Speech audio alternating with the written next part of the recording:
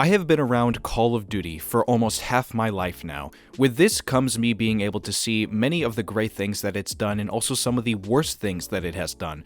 But today I'm going to talk about arguably, in my opinion, maybe the three biggest and worst mistakes that Call of Duty has ever made since it first began. Call of Duty has made many mistakes and done many bad things, but nothing comes close to the ones I'm going to talk about today, and I'll be very curious to know how you all feel about this when we discuss it. If this video can hit a goal of 30 likes, that would be very much appreciated. So what are those mistakes, you may ask? Well, simply put, I'll just get it out of the way by saying this, that these three mistakes come from the last 4 to 5 years of Call of Duty games that we have gotten. So if you were wondering if I was going to mention anything from the older CODs, then you would be very mistaken. This all has to do with the recent endeavors that this franchise has put itself in. Those three mistakes include Call of Duty copying the model that is Fortnite, Call of Duty making a battle royale, and then finally, some could say the sneakiest big one when Call of Duty became one giant entity by connecting all the games and development studios together into one. That right there is what we are going to be talking about here today.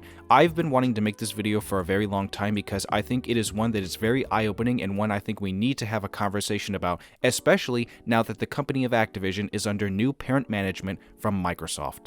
So let's start with that first one, which is around the notion that Call of Duty has copied Fortnite, and it's basically turned itself into that game and what it represents. Now, in fairness, I will say Call of Duty is not the only franchise that has succumbed to the Fortniteification, as I like to call it, that we are seeing in a lot of multiplayer gaming and in particular shooter games as well. However, that does not mean that they aren't maybe the biggest culprit of what has become of that.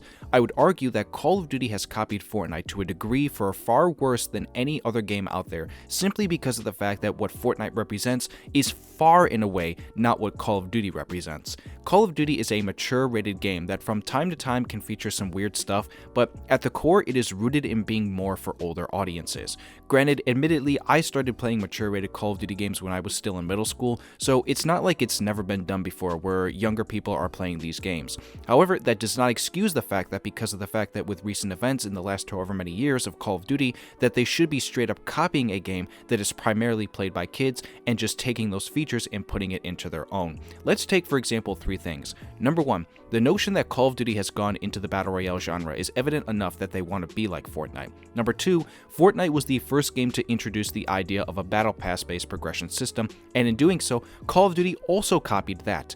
And thirdly, in the last 5 or so years, even though Call of Duty has been in the microtransaction game for a while, in the last 5 years specifically, they really pushed hard on the Fortnite-style microtransactions. Basically, any type of skin, bundle, or emote that you can put into the game. I think this has been very detrimental to the franchise in the sense that it is very clearly obvious that Activision puts heavy focus on this kind of stuff. Hell, during the Modern Warfare 3 beta, the first thing that popped up on my screen as I loaded it up was the Battle Pass. This is never, and I mean never, the first thing that you should be showcasing to a player as they walk into a game for the first time. It shows where your priorities lie, and in the case of Call of Duty, it has been very apparent in the last however many years that there is a heavy focus on microtransactions, the store, and all these bundles that are very overpriced, and it is sad to see that that is the case. Microtransactions in general don't really help gains in any way, especially for how hated they are. In my personal opinion, if you are going to have any kind of microtransaction system in the game, it has to be fair and reasonable. So that means not overpricing your stuff and also not making it pay to win. Call of Duty fell into that trap back with games like Black Ops 3 and Advanced Warfare, for example, and I fully denounce that system as well. However, that does not excuse what they've been doing with recent games either. A loot box system is fine as long as it is not something you can pay for and you have to earn in-game.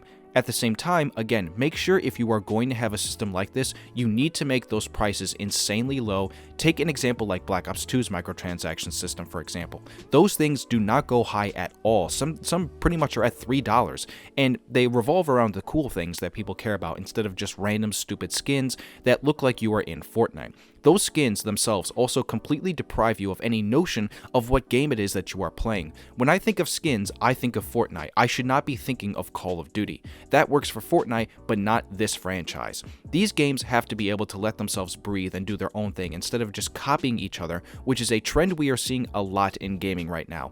One of the biggest reasons why you see a lot of people move on from games so quickly these days is because of how similar they all look to each other. Again, this particularly has to do with multiplayer games and shooters, and not so much story games, which are still thankfully doing their own thing and are succeeding because of it. Regarding Battle Royale, this is something that I think not many people ever thought would happen in this franchise, but then Blackout came in Black Ops 4 and it kind of put the franchise in a new light.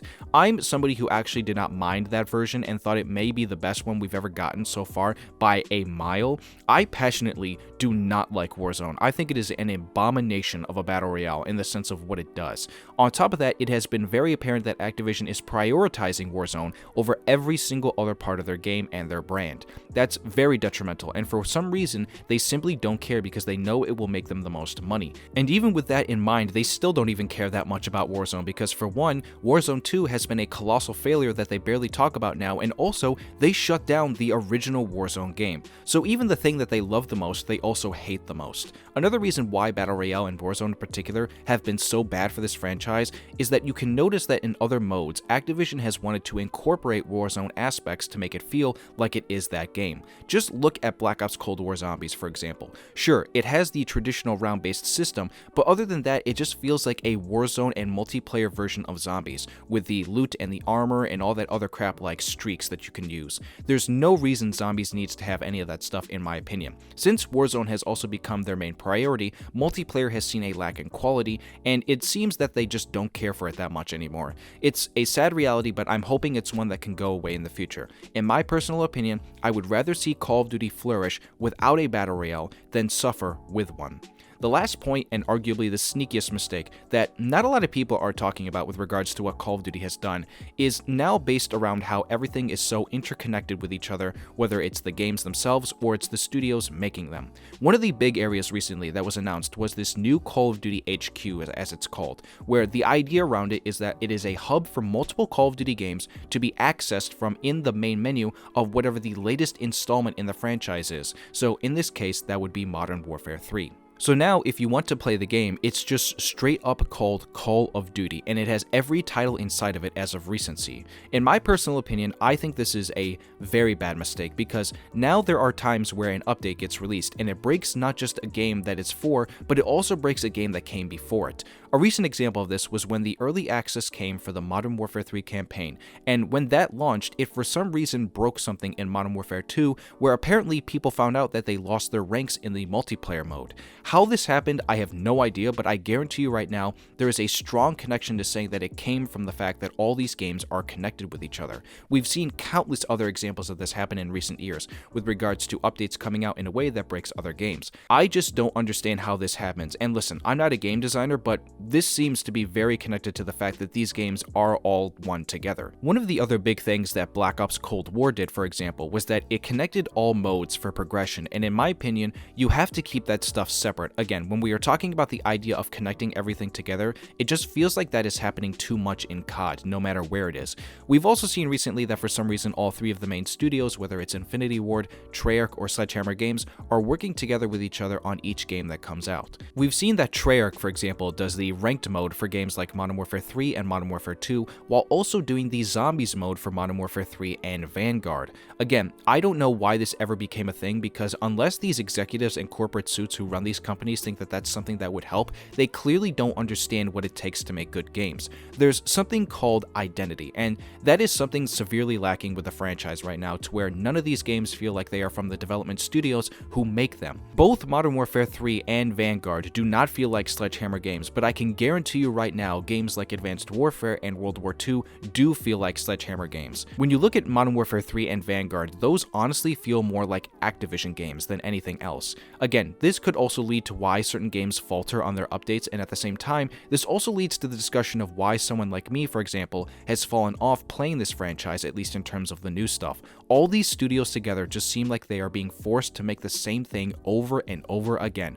Under Activision, it has definitely shown that that has been the case. It doesn't feel like the studios have any control anymore, and now they are just being forced to work with each other and are also butting heads with each other. We saw the report just the other week that Sledgehammer Games did not get along with Infinity Ward because they had to go to them to get decisions made on what was going to be put into the game. So again, it just points to why you gotta let the studios be their own. As the saying goes, this is an example of too many cooks in the kitchen, and everybody working together on something they don't need to be working together on. You have to go back to that model of just letting one studio work on one game. That way, there's no clash of identity on what needs to get made, and also it's true to what they want and not what Activision wants. As it is, we also just got more information from Charlie Intel talking about the fact that Sledgehammer Games wanted to put in traditional prestige and do all these things that the community likes, but Activision seems to have such a strong grip on their necks that they can't do anything about it. In some cases, I could say that this is the fourth big mistake that Call of Duty has made, and I wouldn't even necessarily call it a mistake because it's very intentional that Activision has way too much control on this franchise right now and the decisions that get made. So in some cases, with all that in mind, I actually feel like I could make that the fourth sneaky honorable mention mistake that Call of Duty has ever made, where Activision simply just has way too much control on everything. That is why, again, I am asking Microsoft, please step in and remove that control and let the developers be free to do their own thing. So with all that being said, again, this is a video that I wanted to make, and I've been thinking about it for so long, and it's now that I feel like we have to talk about it, especially with recent events and news that has come out about how Activision has been handling this franchise and its studios. Together, combined with all three, or I guess four mistakes in this case that they have made, if they can find a way to reverse the course on all three by removing Battle Royale or just discontinuing it, removing any and all microtransactions, and also disconnecting the studios so that they can make their own stuff with their own creative vision, then you're going to revive this franchise in terms of quality. Those are pretty much my closing thoughts, and overall, I now want to get to all your thoughts, as you can now comment down below everything that you thought with regards to what I had to say, and if you agree on these three mistakes, or if you'd like to add more to it. As long as it's reasonable and it makes sense, then I'm willing to hear you out on it. If you did enjoy this video, I would very much appreciate it if you gave this video a like, and subscribe if you are new here, and turn on that notification bell for whenever I upload next. As of right now, I think I am planning to take a little bit of a short break, again, just because of the fact that we are approaching the holiday season with Thanksgiving, and also my final week or two of classes ever for education is upon me, and I want to focus up and make sure it gets done right. On top of that, I'm also thinking about potentially adding something more to this channel than just Call of Duty for the future. I will put a community post up about this as well in case anybody misses this part or doesn't get a chance to watch my video when they do. I hope everyone has a wonderful rest of the day, and I will see you all very soon. This is Orion, signing out.